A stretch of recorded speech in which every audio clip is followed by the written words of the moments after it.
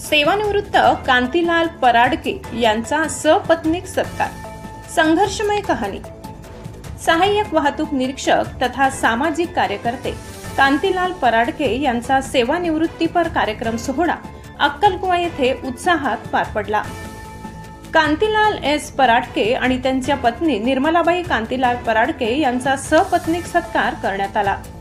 सरकारी सेवानिवृत्तीनंतरचा उर्वरित गोड आयुष्य जनता जनार्दन गोरगरीब वंचित घटकांसाठी समर्पित भावनेने समाजाभिमुख उपक्रम आदी परिवर्तनीय व शैक्षणिक सामाजिक साहित्यिक आध्यात्मिक धार्मिक कार्यात समाजातील एकमेकांना आनंद देणे घेण्यासाठी व्यतीत होऊ द्या अशा शुभेच्छा देण्यात आल्या।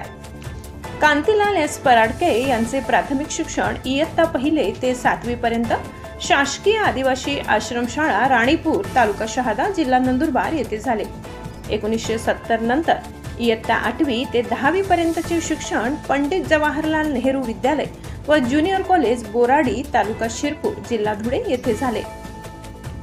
SPDM कॉलेज शिरपूर येथे ऍडमिशन घेऊन त्यांनी TYB कॉमचे शिक्षण पूर्ण केले। आदिवासी विद्यार्थी संघटनेचे सचिवपदी ते होते।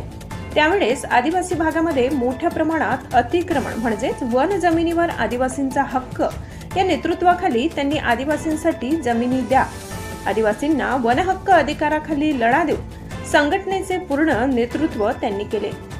महाराष्ट्र राज्य मार्ग परिवहन महामंडळ कर्मचारी इंटक युनियन अक्कलकुवा आगार सचिव पदाचे काम देखील त्यांनी पार पाडले। 2025 या वर्षी सहाय्यक वाहतूक निरीक्षक या पदावर पदोन्नती झाली। त्यांची 35 वर्ष सेवा पूर्ण झाल्यानंतर 31 मे 2025 रोजी सेवानिवृत्त झाले। मागील 30 ते 35 वर्षापूर्वी अक्कलकुवा सारख्या ठिकाणी चारही बाजूंनी कोणतीच सुखद अशी कोणतीच व्यवस्था स्थिती नसतानाही अत्यंत प्रतिकूल परिस्थितीतही तत्कालीन काटकसरीची परिस्थितीत त्यांनी आपला व आपल्या परिवारासह अगदी कमी पगारात ती लटकती नोकरी व त्यातही कौटुंबिक अनेक जबाबदाऱ्या तसेच सप्त्यांपैकी प्रत्येकाचीच ती दोलायमान मनस्थिती मानसिकता टिकून ठेवण्यासाठी अगदी शेवटपर्यंत आपल्या बरोबरींनी ज्यांनी शर्थीचे प्रयत्न केले त्यापैकीच एक ते कांतीलाल पराडके।